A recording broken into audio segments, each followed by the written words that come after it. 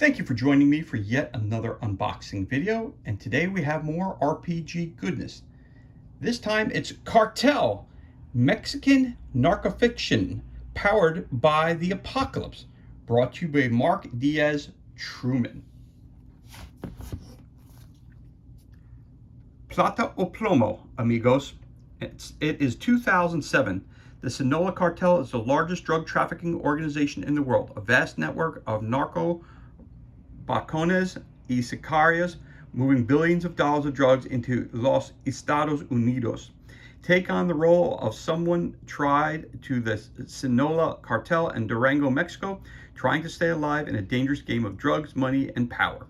Navigate shifting alliances and deadly schemes while desperately struggling to hold on to what's yours. Can you keep your familia safe from the monsters who live in the shadows? Can you stay loyal to your amigos when you know what no one can be trusted? Can you hold on to yourself, yea, when the drug war hungers for your every soul? Cartel is a tabletop role-playing game for 3 to 5 players that uses a rules-like engine to create tragic narco fiction in the vein of Narcos, Breaking Bad, The Wire, and Once Upon a Time in Mexico. I'm going to try that. De entras okay, cabron. Players 3 to 5, time 3 to 4 hours, rating adults only, brought to you by Magpie Games. Now I happen to have a whole bunch of gangster figures laying around that I haven't used in a long time, and as soon as I saw this RPG, I saw this on Facebook Marketplace. I think I picked up for 20 bucks. I said to myself, you know what, I've never seen an RPG quite like this. I said I have the perfect figures to use for a system like this, so why not pick this up? So I did, and it looked pretty fantastic. And as I read through it, it really captures the lore, like it said, of Breaking Bad, of various different films dealing with cartels and things of that nature, especially Narcos, the Netflix miniseries. So let's take a look through here, what it has to offer. Of course, credits of all the good people who brought you this, special thanks, the additional credits. Got your table of contents here, which is the introduction, the different groups you can be a part of. And we're gonna move forward with this. Okay, he talks about what a cartel is, the basics, the best practices, safety tools. Chapter 2, moving forward. What is a cartel? It gives you a whole bunch of fluff about the background of the drug wars, different historical events like missing students, money being given, local corridors, where it takes place, then how it works, the necessary supplies that you need to have a game of Cartel. You need dice, you need playbooks, pencil and paper, and you need a deck of locations, maybe a map. Why play the game? Why not?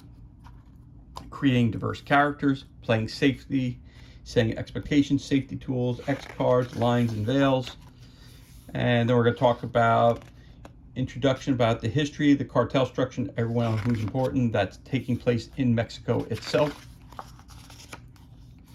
Background history about Mexico, Mexican Revolution, Mexican independence, the modern era. People who have been your cartel leaders, Miguel Angel, Life as a Narco, La Plazas, El Narco, the boss, Heavy is the head.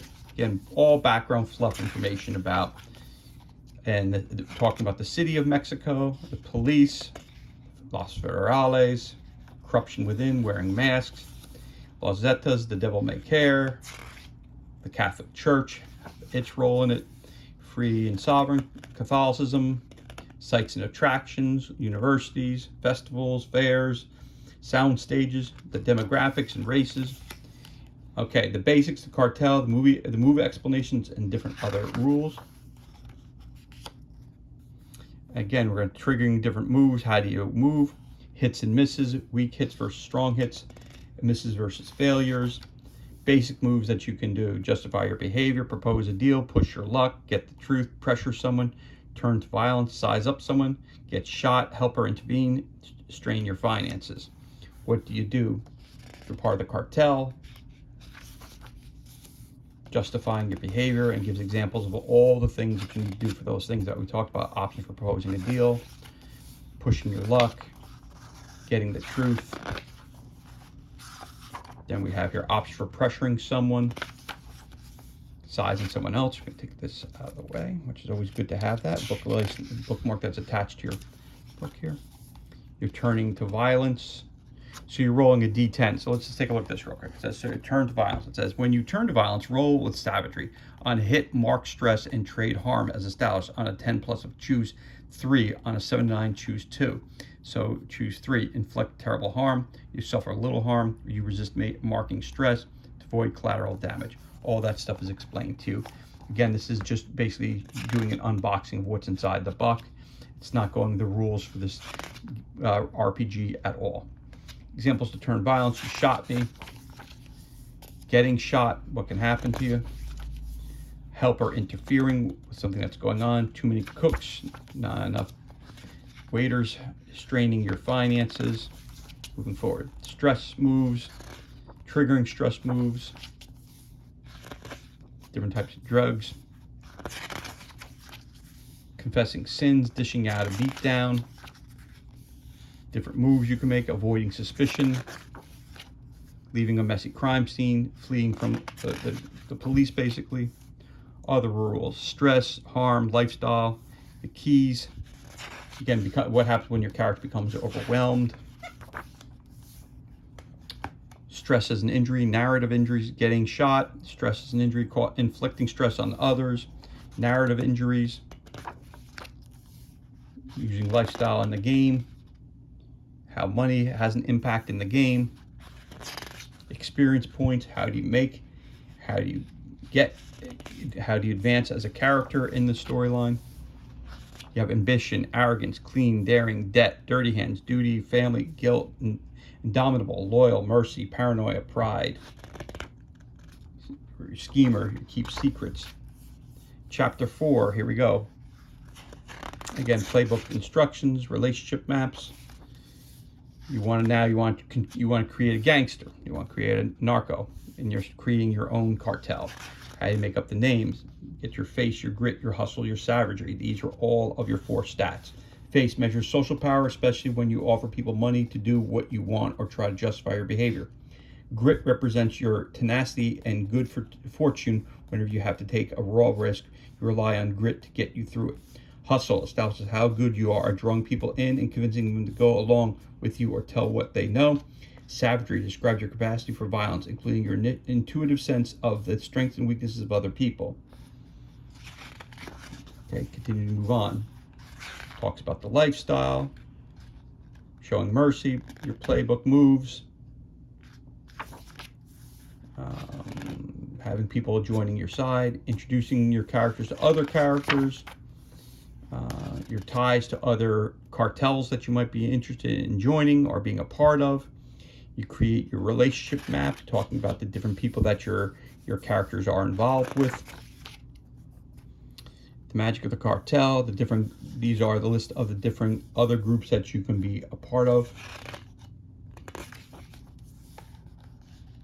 So one of your type of stats, if you want to be a person who is creating the drugs, gives you the different things that you can do.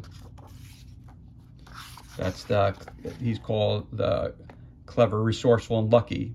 El Cocinero is a vital part of the cartel's operation. He cooks the drugs, but unlike everyone else involved in this pinche mess, he's got skills that might be useful to a wealthy pharmacy or even a legitimate university.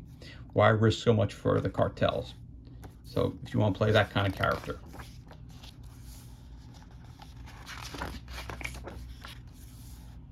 The wife.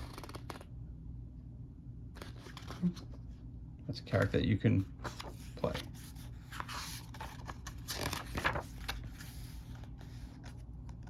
The hawk, the little bird that reports to his handlers, ensures that no one important is ever too close to the drugs or the money.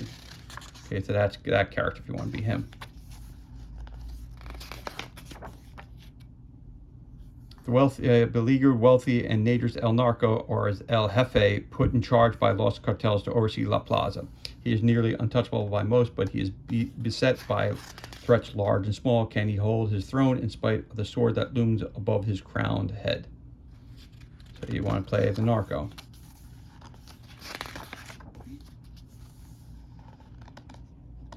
La Polizetta. Greedy, two-faced, and corrupt. La Polizetta is an agent for the cartel that's playing both sides, reporting on the work of Durango anti-cartel task force to the very people Los Federales are hunting. It's a dangerous game, but she knows the truth of the drug war. No one could win, no matter the side. Again, all the things you need to know about when creating that character. La Rata. Resilient, brave, and compromised, La Rata is a mole in the cartel whose only way out is through Los Federales. Maybe the Americans, too, have made promises, offers to help her escape from Los Carteles. With life and limb intact in exchange for her help, can she collect what she's owed before El Narco discovers her betrayal? You play that character.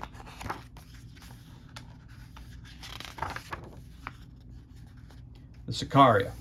Deadly veteran and cold, La Sicarita is a trained cartel enforcer who has seen the worst of the drug war and survived. So far, she's retired before, but it's hard to find peace. If you developed a particular set of skills, is there a future for her in Durango, or just a violent death that's long overdue? So it gives us stat lines on the bottom. All the characters are all set up exactly the same, where it tells you your name, your look, your gear, and then the things that you have to choose from your characters to create them. It's all about creation of your different characters, this section. Chapter 5. Again, your tools, what you need for it. Your agendas, so creating your backstory. What lives are exciting? What did you plan to find out? Was your drug war real? Always say the cartel. So building your background, your principles. Ground story in Mexico. Speak to the characters, not the players. Make it your move, but never speak its name. Treat everyone as expendable and suspicious. Fill the characters' lives with secrets. Name everyone, give them drives and instincts. So this is your ground story of creating basically a story or a campaign. Make the authorities a persistent presence. Embrace the language of La Guerra on drogas. Sometimes declaim decision-making. Defend the PCs and their schemes. Your motive. Softer, harder, more examples. Make it someone else's move. Lull in the action. Acting on misses. Golden opportunities. Basic moves. Inflict stress. Escalate a situation. Shoot someone. Award advantage. Disrupt someone's routine. Threaten someone's interests.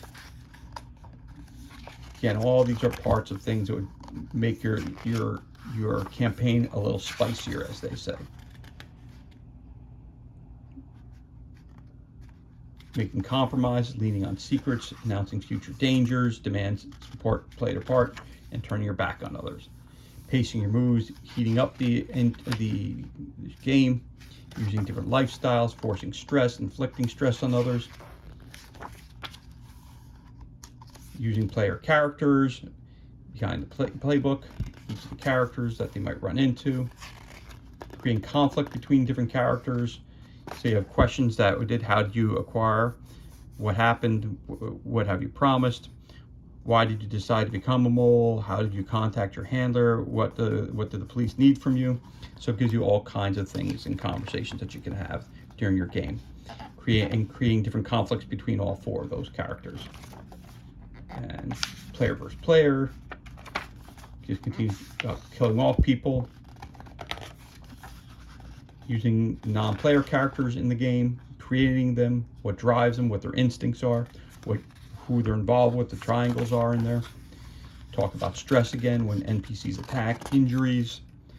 Getting started with your first session. It starts here, what you need to prep for the game, how do you get started with it, asking questions, reviewing different stories, creating starting scenes, invoking the moves, teaching the game, place your explanations, model good behavior, and what happens at the end of your first session, which is really cool.